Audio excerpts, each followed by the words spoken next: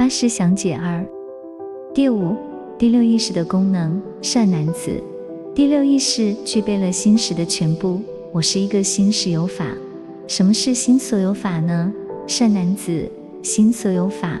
就是心识所能升起的我是一个心理状态或功能。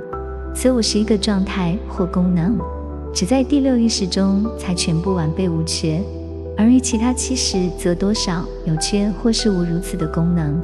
因此第六识于动身发语的能力上比其他七识就要强得多了，也就是这缘故，意识几乎操纵了人的全部生存活动。我是一个心所有法是什么呢？善男子，这我是一个心理状态或功能，可分作六大类，就是变形、别境、善烦恼、随烦恼和不定了。什么是变形呢？善男子，变形就是于所有时空都能现行做心理活动的意思，隶属于变形类的心所有法，是八识所共有的有我个就是处接触内外之境。所以其警醒注意受感受想其影像或概念以作认知和思其意志活动。什么是别境呢？善男子，别境是了别外境的意思，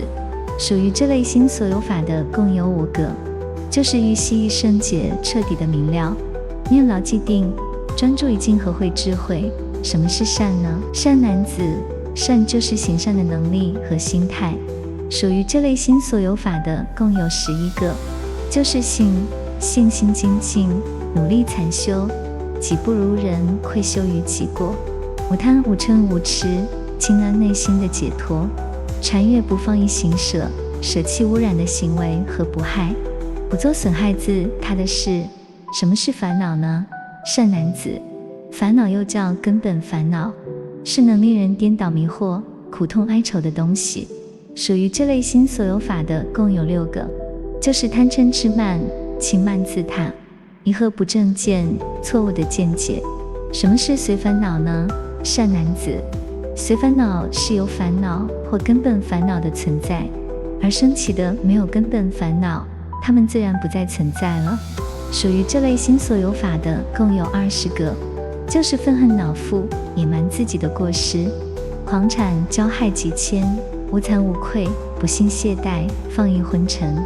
掉举、恐惧激动、失去内心安宁、失念不正、知和散乱。什么是不定呢？善男子，不定是指本质，善恶不定要看情形才可定其善恶的心理状态。属于这类心所的共有4个，就是昏昧恶作、悔恨已做的事、悬追逐寻求和次四察。善男子以上6类，我是一个心所有法，在8识之中，只有第6识是才全部齐备。因此众生于生存所需做之身、口意活动、定权，皆可由此意识引发活动。第6，机械的意识生活。善男子，第6识虽然具备全部，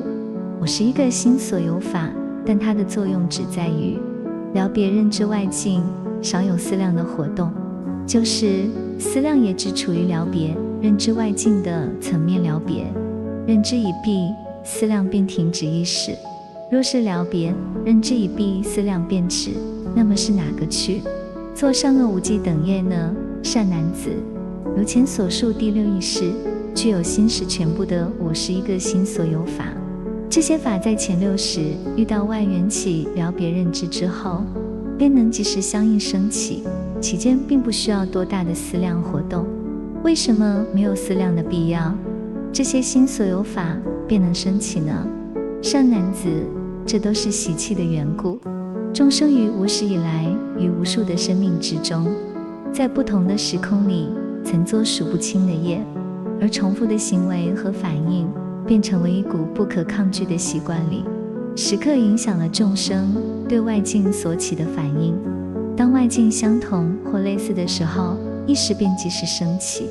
惯性的反应引发有关的心所，有法令众生经历某些感受或做某些行动，惯性有时太强了，以致众生虽想主动改变反应，也无能为力。就是这缘故，意识的惯性作用能使众生不需要思量，便能生活于世上，天天机械地做着重复或类似的工作。善男子，外缘若引发善的心所，行为便属于善；若引发恶的心所，行为便属于恶。若与无记心所相应，这些行为便属非善非恶了。外缘能有很多不同的组合，各心所有法也能同时或一时出现，于是众生便恒久处于苦乐善恶不定之中，做种种身口意的活动，而无需注意的思量了。善男子，虽然大多数的人与大部分的时间所过的是不自觉的机械反应生活，但是他们总有些时间是在了别认知以外，做较复杂的思量推理，带有意志性质的心理活动。虽然深度与频密则因人而异，第六意识的思量能力既然仅止于了别认知，那么是什么去做这些较自觉注意的心理活动呢？善男子，心识中能负起这个责任的，就是第七识末那识了。第七识末那识，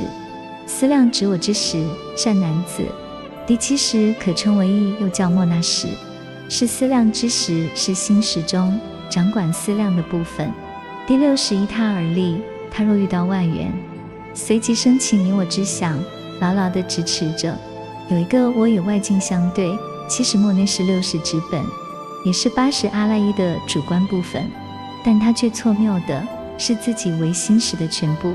不知有八识阿赖耶的存在，更不知自己活力软弱，乃至前六识却常被意识所转，统治之权常失。善男子，第七识共有18个心所有法，比第六识所有的心所有法为少，故活动功能也自然比六识为少了。末那识有4个根本烦恼：心所有法贪痴、我见和我慢；8个随烦恼心所有法：不信懈怠、放逸昏沉、掉举、是念不正知和散乱；5个变形心所有法：处作意受想思，和1个变形心所有法会。善男子，这18个心所有法，若于外缘便即升起，第七识能不断的审查思量内外之境。18个心所有法中，以作意、想与思的活动力最强，为七意识之特色。无论末那识所起的心识作用是善是恶，都能影响第六意识，令它指挥前我识作业。因此末那识活动时，便能指挥根身的活动，可是它活动的时候却远比意识为少，这样第六识变成代理它身口意的活动了。为什么这现象会出现呢？善男子，七识末那虽然恒审思量，能指挥第六意识作业，但是在一般的众生里，七识的活动力都较六识为弱。这是因为不爱思考的人总比爱思考的人为多，就是最爱思考的人，在日常的生活里，大部分的时间都依赖第六识的惯性活动去处理日常的刻板事物，真正要思考的时间其实很少，因此第七识便常备而不用。在审查思量的力量不升起，或虽升起而不强，或还未能及时升起的时候，活动力极强的第六意识便会自作主张，抢先的根据惯性引发身口意的活动了。第六识机械惯性的活动本从第七识末那以往的思维决定而起，或偶然随意的反应而生，现在却倒转来影响了第七识。未来的决策使它恒依惯性行事，令这惯性更为牢固。有时在第七识能够做出思维活动之前，第六识机械的反应已经出现，身口意的活动早已不自觉地引发了。到这时候，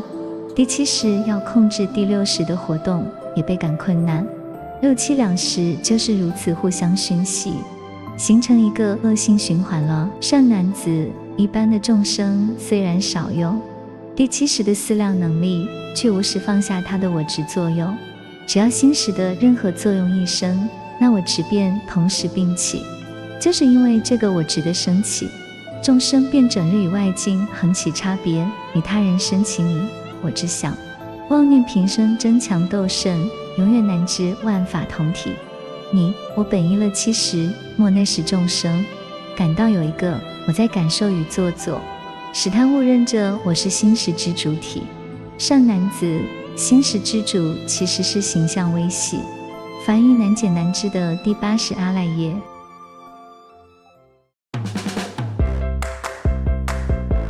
非常感谢您的观赏，喜欢我们的影片，